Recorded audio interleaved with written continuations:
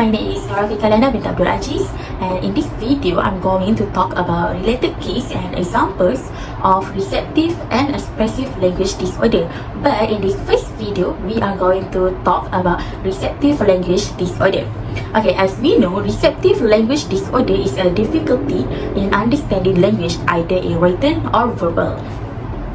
Okay, specific examples for receptive language impairments or language disorder are if you say drink your milk to your child, so your child might repeat this word immediately or later, but they don't necessarily understand them.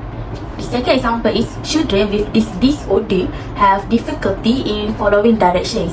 For example, if you ask your child to point to his toes, to point to his fingers, he might not understand it and he will not likely to do so. He also likely to have a problem with figurative language. Alright, now we move on to related cases of receptive language disorder. I'm going to tell you a story that was cited by Glenn Waybright, a speech pathologist, on cases on receptive language disorder. This story is about Albert. Albert was referred to me by a friend of his family. When I met him, he was 7 years old, in 2nd grade and getting some speech therapy at his public school. Albert was a late talker. His mother said he was not really putting words together until he was age 3. When he did begin talking, his sentences were immature sounding, and even in kindergarten at 1st and 2nd grade, he was making below age level grammar mistakes, referring to females and males both with the pronoun he, dropping the is verb occasionally, and misproducing past tenses of verbs, especially the irregular verbs like go, went.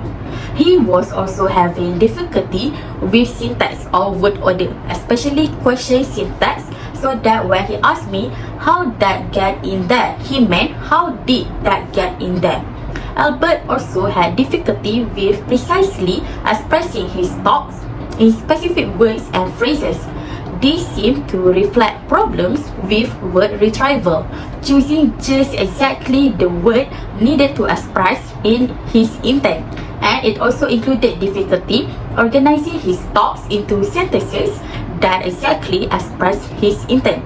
For example, one day he was describing a birthday party that he had attended, and he spoke of the birthday boy's mother putting 5 sticks on the birthday food thing.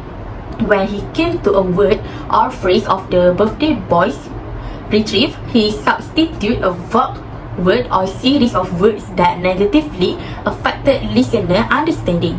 Albert was also experiencing difficulty in school with reading comprehension and expression, as well as writing and spelling.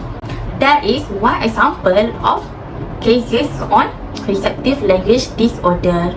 Thank you. I see you on the next video and we will talk about expressive language disorder. Thank you.